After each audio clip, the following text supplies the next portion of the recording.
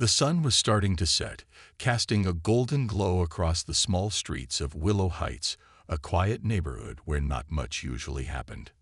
Marcus, a 10-year-old boy with big dreams and worn-out shoes, was walking home from school. He walked this path every day, past the corner bakery, past Mr. Jennings' bookstore, and across the busy intersection near the park. He had his school bag on his back and his favorite comic book tucked under his arm. He was thinking about dinner. Maybe his mom would make spaghetti again, his favorite, when he saw something lying on the sidewalk, right by the crossing. He stopped. It was a wallet. Not just any wallet. It looked expensive. The leather was thick and shiny, and there was a gold monogram on the front. DC. Marcus looked around.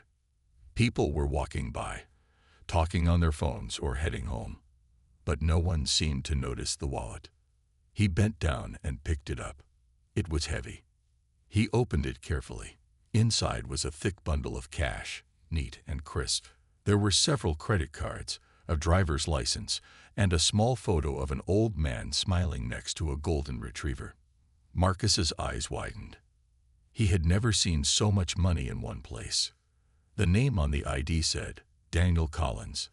He had no idea who that was, but judging by the suit in the photo and the wallet's condition, this man wasn't poor. Not at all. Still, it didn't feel right to keep it.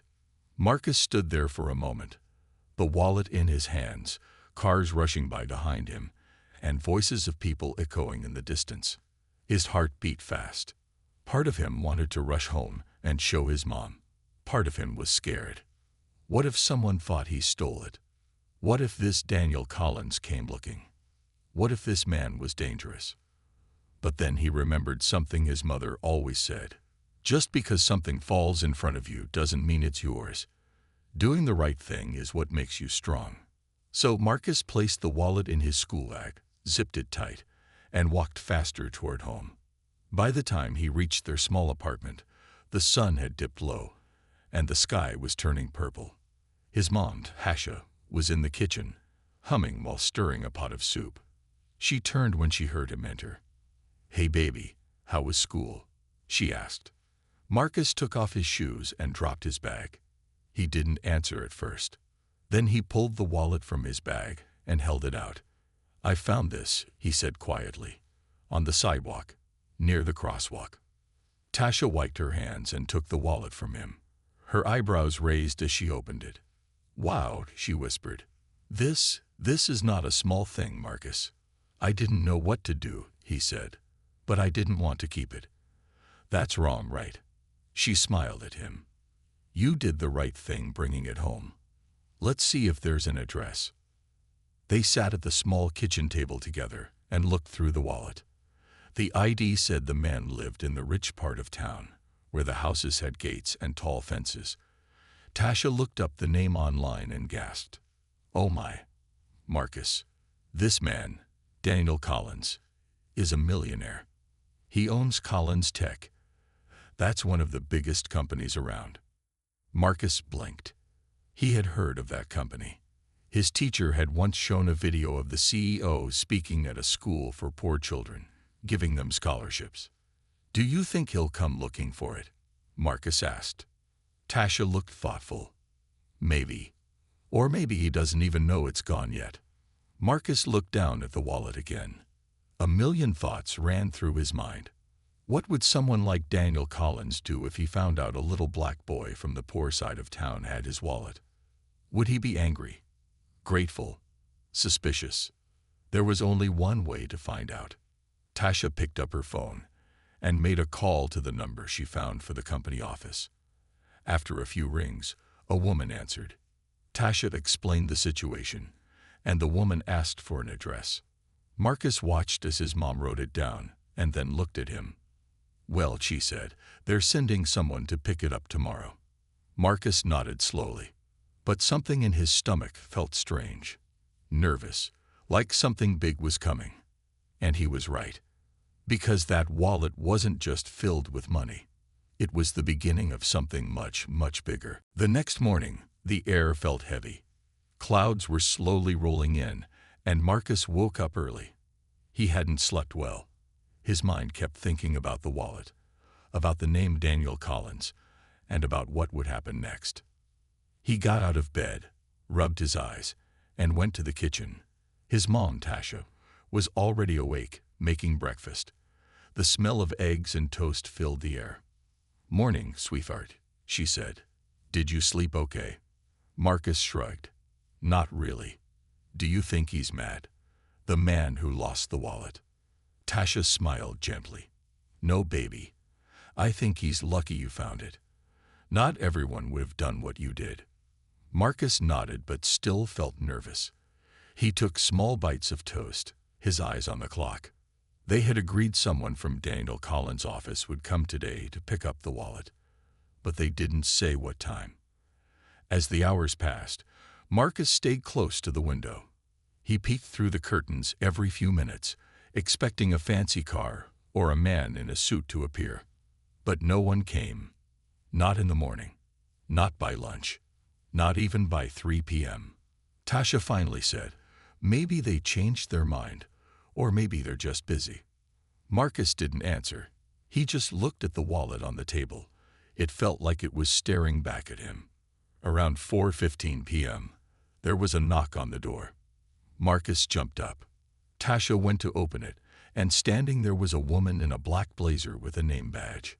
"Hello," she said. "I'm Alina, Mr. Collins' assistant. He asked me to come by and collect something he lost." Tasha invited her in. Alina smiled at Marcus. "You must be Marcus," she said kindly. "Mr. Collins told me what happened. You're a very honest young man." Marcus handed over the wallet, and Alina took it carefully, checking inside quickly. "Everything's here," she said. "Thank you." Then she paused, looked at Marcus again, and pulled out a small envelope from her purse. "This is for you. A note from Mr. Collins." She handed it to him, smiled again, and left. Marcus stood frozen, staring at the envelope in his hands. He opened it slowly. Inside was a short note written in neat handwriting. "Dear Marcus, thank you for your honesty.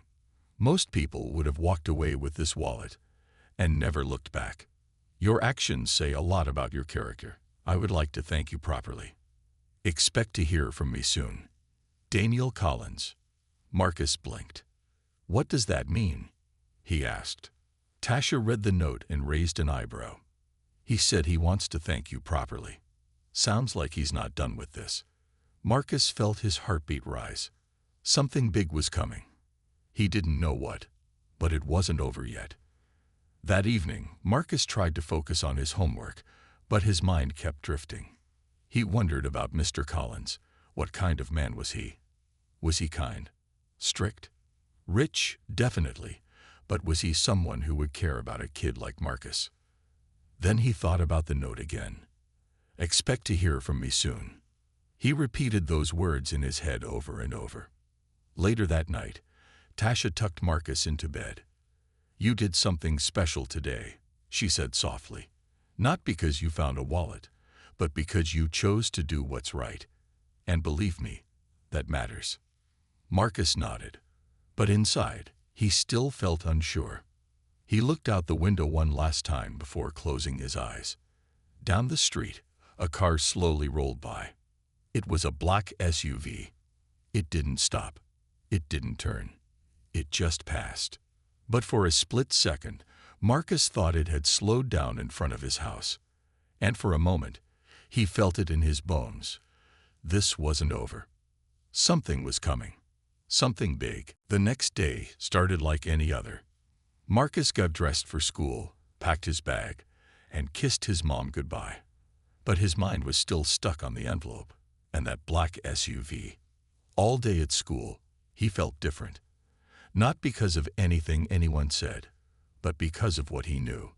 He had returned a millionaire's wallet, and now that Millionaire wanted to thank him properly. But what did that even mean? Was he going to get a reward? A thank you gift? Maybe a scholarship, or maybe nothing. By the time he got home that afternoon, his head was full of questions. When Marcus reached his street, He froze. There it was, the black SUV, parked right in front of their apartment building. Sleek, shiny, expensive-looking. The windows were dark. You couldn't see inside. Marcus felt his heart jump. Was it the same one from last night? He stepped slowly toward his building, eyes locked on the SUV. Just as he reached the steps, the car door opened. A man in a black suit stepped out. He was tall, with gray hair and sharp eyes, but he smiled warmly when he saw Marcus. "Marcus," the man said. Marcus nodded, his legs suddenly feeling weak. "My name is Mr. Harris. I work for Mr. Daniel Collins. He asked me to bring you and your mother somewhere. He'd like to meet you." Marcus blinked. "Meet me?" Mr. Harris nodded. "Yes, in person." Marcus rushed upstairs and called out, "Mom, he's here. The man from the company. He wants us to go somewhere." Tasha stepped out from the kitchen, drying her hands with a towel. She looked confused at first, then cautious. "Who's downstairs?" Marcus explained quickly, and Tasha looked out the window. She didn't like surprises, especially not ones involving strangers in black suits and SUVs. Still, something in Marcus's eyes told her this wasn't something to ignore. After a few moments, she nodded. "Okay, but I'm going with you." Inside the SUV, the seats were soft and smelled like leather. It was the nicest car Marcus had ever been in. The drive was quiet at first. Mr. Harris made polite conversation, but Marcus was too nervous to talk much. They drove out of the city toward the fancy part of town, where the streets were clean, the houses were big, and every lawn looked perfect. After 20 minutes, the SUV turned down a long private road, lined with trees. At the end stood a large white mansion, with pillars and a giant fountain in front. Marcus's mouth dropped open. "Is this where he lives?" he asked. Mr. Harris smiled. "Yes, Mr. Collins is waiting inside." They were led through huge doors into a beautiful hall, where everything sparkled: glass, floors, even the doorknobs. A woman in a suit offered them water, and then another assistant appeared. "This way, please," she said. Marcus and his mom followed her into a cozy office filled with books, photos, and trophies. Behind the desk stood a man in a gray sweater and dress pants. He turned and smiled. Daniel Collins, older than Marcus expected, with kind eyes and a calm voice. "Marcus," he said warmly, holding out his hand. "It's good to finally meet you." Marcus shook his hand, feeling nervous but excited. "This is my mom," he added quickly. Daniel nodded to Tasha. "It's a pleasure to meet you both. Please, sit down." They sat. Daniel opened the wallet and held it up. "This means more to me than most things in my house," he said, "not just because of the money or the cards, but because this was a gift from my late wife. I carry it every day." Marcus's eyes widened. "I didn't know." "And yet you returned it," Daniel said with a smile. "You didn't take the money. You didn't brag. You just did the right thing." He looked at Tasha. "You've raised an incredible young man." Tasha blinked back tears. Daniel stood and walked to a cabinet. He pulled out a folder and placed it on the table. "I'd like to give you something," he said. "Not just a reward, but a chance." Marcus leaned forward as Daniel opened the folder.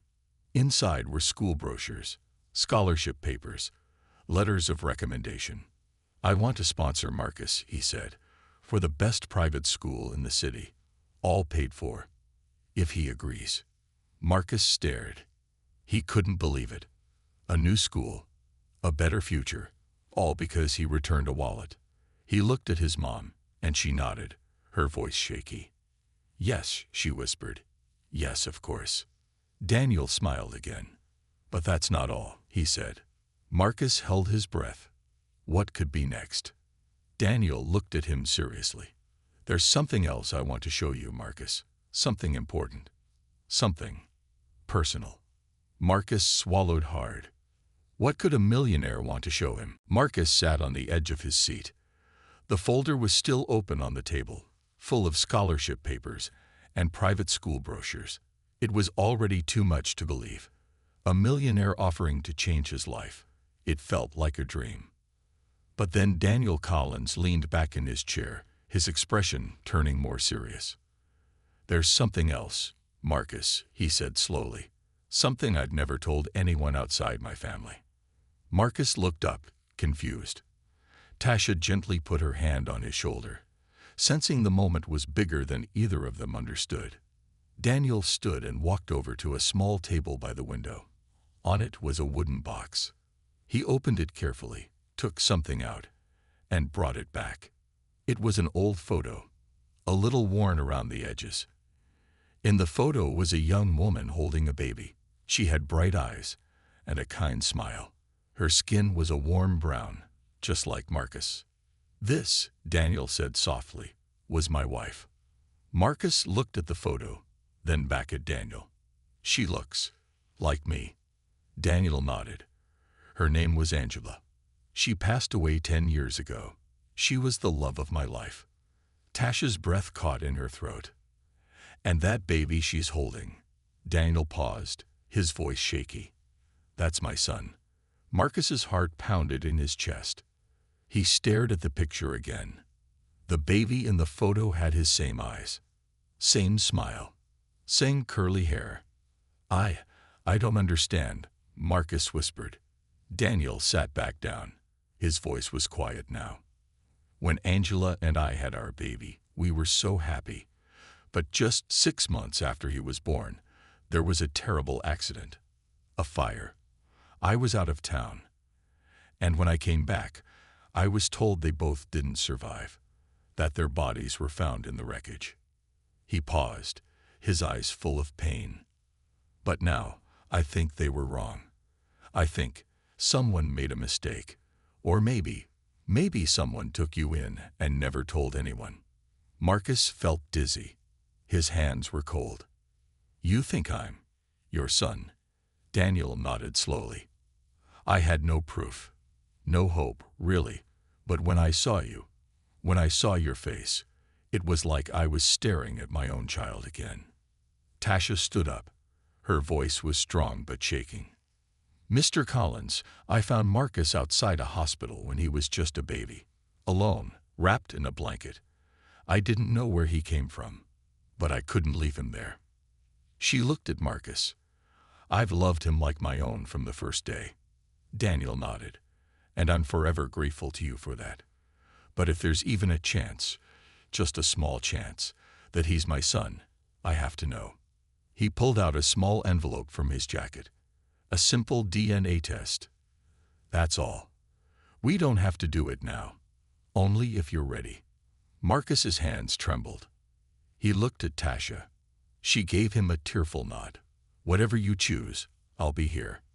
The room was silent for a moment. Then Marcus nodded. "Okay," he said softly. "Let's do it." Daniel smiled. Not a wide smile, just a gentle, hopeful one. "I never thought I'd get a second chance," he said.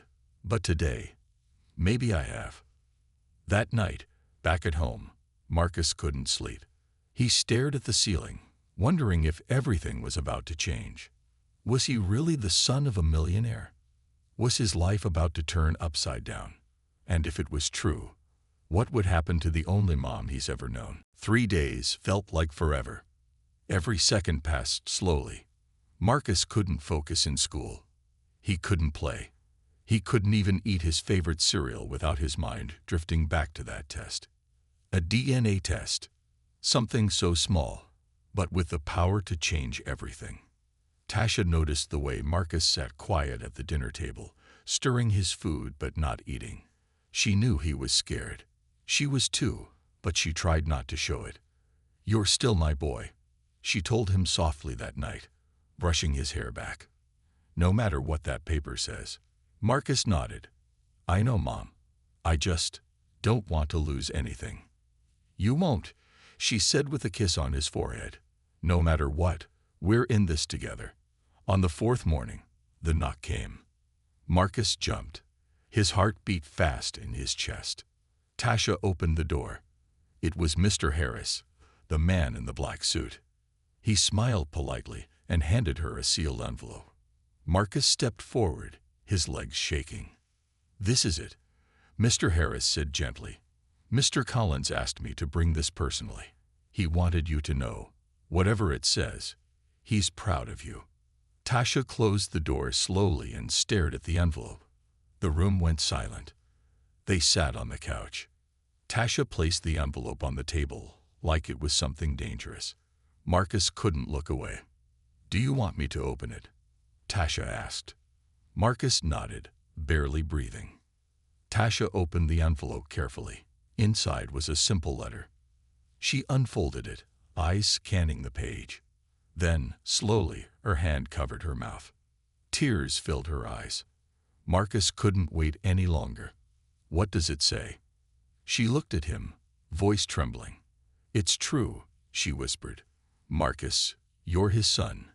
The words echoed in his ears. "You're his son." Everything froze. Marcus felt like the world had stopped moving. I really am," he asked, his voice shaking. Tasha nodded and hugged him tightly. Daniel Collins wasn't just a rich man. He was his father. Later that evening, they sat around the table, trying to make sense of it all. "What happens now?" Marcus asked quietly. Tasha looked at him with a soft smile. "That depends on you." Marcus was confused. "What do you mean?" "Well," she said gently, "your father, he's offering to bring you into his world.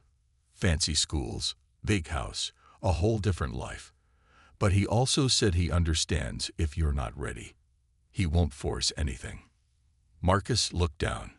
It was everything most kids could dream of. A big house, a rich dad, a chance at a whole new life.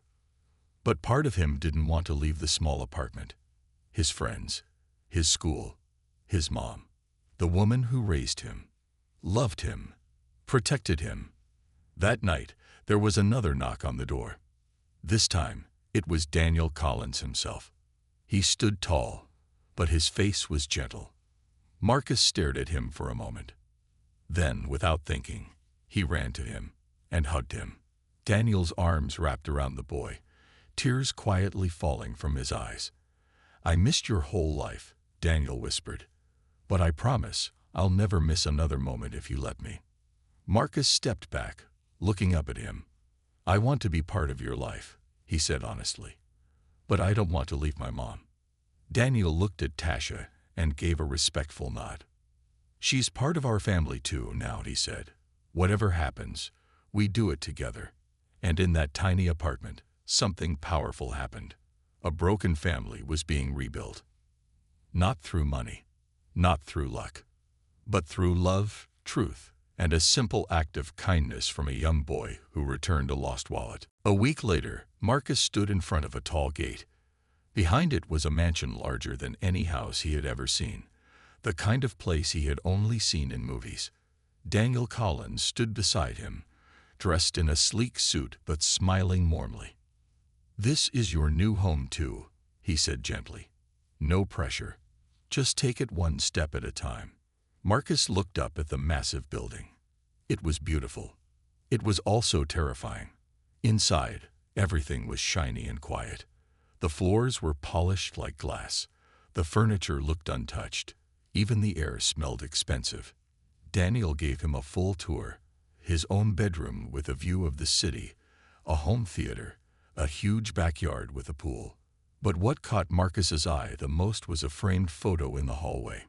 It was Angela, Daniel's wife, his real mother. She was smiling, holding baby Marcus. He stopped in front of the photo and stared for a long time. "I wish I could remember her," Marcus said quietly. Daniel placed a hand on his shoulder. "You don't need to remember her face. She's a part of you, in here." He tapped Marcus's chest. That weekend, Daniel enrolled Marcus in a private school. It was the best in the city. Uniforms, big classrooms, and students who came from rich and powerful families. But from the first day, Marcus felt out of place. His shoes were different. His backpack was cheap. He spoke differently. And some of the other students noticed, especially Trevor, a boy with slicked back hair and a smug smile. "So you're the lost kid," Trevor sneered. "The one they found on the street." Marcus tried to walk past, but Trevor stepped in front of him. "What's it like, going from nothing to rich in a week?" he said loudly. Other students laughed. Marcus felt his face burn. He kept walking, fists clenched. At lunch, Marcus sat alone. He looked at the fancy food on his tray and pushed it around with a fork. He missed his old school. He missed his old friends. He even missed the small apartment. This place, it wasn't home. Daniel noticed the change that night. Marcus barely spoke during dinner. "Rough day?" Daniel asked. Marcus nodded. "They don't like me there." Daniel sighed. "I know how that feels. When I was younger, I was different too. People don't always accept what they don't understand." "But I don't want to be different," Marcus whispered. "I just want to fit in." "You don't have to fit into their world," Daniel said. "You can build your own. With time, they'll see who you really are." Marcus wasn't sure, but he nodded anyway. The next day, Marcus brought something with him to school, his old backpack with drawings he made himself. He wore it proudly. In class, he answered questions with confidence. He didn't try to act rich. He just acted like Marcus. At lunch, a girl named Lena sat beside him. "I like your backpack," she said. "It's different." Marcus smiled. "Thanks. I made it myself." "You want to sit with us?" she asked, pointing to a table nearby. He hesitated, then followed her. Trevor watched from across the room, frowning. That night, Marcus told Daniel and Tasha everything. For the first time in days, he smiled again. "I think I might be okay here," he said. Daniel leaned forward. "You're not just okay, son. You're incredible." Tasha smiled proudly. "And you'll never be alone in this new world." Everything was finally starting to feel normal for Marcus. He had new friends at school. Daniel helped him with homework, and Tasha visited the mansion often. There were movie nights, backyard games, and quiet talks about life, dreams, and his mother. But just as peace settled in, something dark was waiting. One evening, Daniel got a call. He stepped out of the room, his face changing quickly from calm to tense. Marcus watched through the doorway as Daniel whispered sharply into the phone. He didn't understand the words, but the worry in Daniel's voice said enough. Later, when Marcus asked about it, Daniel smiled, but it didn't reach his eyes. "Just some business trouble," he said. "Nothing for you to worry about." But Marcus did worry, because that same night he saw it again. The black SUV, parked across the street, engine running, headlights off, and inside, someone watching. Marcus froze by the window. Who were they? Why were they back? The next day, Marcus came home from school and found the mansion gates open. Two men in suits were talking to Daniel. Their voices were low, but serious. One of them handed Daniel a file. Marcus waited until they left, then asked, "Dad, who were those men?" Daniel looked down. For a long moment, he said nothing. Then he sat Marcus down on the couch. "There's something you should know," Daniel began. "Something I've kept from you." Marcus held his breath. "Before your mother passed, she was being followed, threatened. There were people who wanted to hurt me through her. That's why she kept you hidden. To protect you." Marcus blinked. "So the SUV." Daniel nodded. "I think they know who you are now. And that's why I need to keep you safe." That night, Marcus had trouble sleeping. He thought of his mom. All those years, she raised him alone. Not because she didn't want help, but because she feared for him. Now, that same danger was back. In the morning, Marcus found Tasha sitting in the kitchen with Daniel. They were whispering, worried. Tasha looked at Marcus and forced a smile. "Everything's fine, baby." But he could tell it wasn't. Later that week, things got worse. Marcus's school was broken into. Nothing was stolen, but Marcus's locker had been opened. A note was left inside. "We know who you are. We're watching." The principal called Daniel immediately. Security was tightened. Police got involved. Marcus sat in the car with Daniel after they left school. "I don't understand," Marcus whispered. "Why are they after me?" Daniel looked ahead, gripping the steering wheel. "Because your name means something. You're my son, and some people don't like that." "But I didn't do anything," Marcus said, tears in his eyes. "I know," Daniel said softly, "but sometimes the world doesn't care." That evening, Daniel made a hard decision. He gathered Tasha and Marcus. "We're leaving the mansion for a while, somewhere safe, until we find out who's behind this." Marcus looked around the house he had just started to love. "Is this my fault?" he asked quietly. "No," Daniel said firmly. "This is not your fault. You were brave, you told the truth, and you helped a stranger. That makes you a hero." Tasha hugged him tight. "We'll get through this together." As they packed, Marcus stood by his bedroom window. The SUV was gone, but the fear wasn't. And somewhere, out in the dark, someone was still watching. But this time, Marcus wasn't a scared boy. He was ready. The safe house was nothing like the mansion. It was small, quiet, and hidden in the hills outside the city. No neighbors, no noise. Just Marcus, Daniel, and Tasha trying to stay one step ahead of whoever was watching them. For a few days, things were calm. But silence only made the fear louder. One night, while Daniel was making a call outside, Marcus sat with Tasha. "Why do they want to hurt us?" he asked again. Tasha took a deep breath. "It's time you knew the full truth." She pulled out an old photo from her purse. It showed a young Daniel standing beside a man in a sharp suit. "That man," she said, pointing, "is Edward Blackstone. He used to be Daniel's business partner." "What happened?" Marcus asked. "He betrayed Daniel, stole money, lied to investors, and blamed everything on your father. Daniel almost lost everything. But he had proof, and he used it in court." "Did Edward go to jail?" Marcus asked. "No," Tasha said. "He disappeared. But we always knew he might come back, angry. And now, he knows about you." Marcus looked down. "So this is all because of someone else's revenge?" "Yes," Tasha said softly. "But we won't let him hurt you." The next morning, the police called Daniel. They had traced the SUV to a rented garage near the city. The cameras caught a man leaving the vehicle. It was blurry, but Daniel recognized him. Edward Blackstone. He was alive and close. Daniel made a decision. "We end this," he said. He contacted a private investigator and shared all the evidence he had kept hidden for years.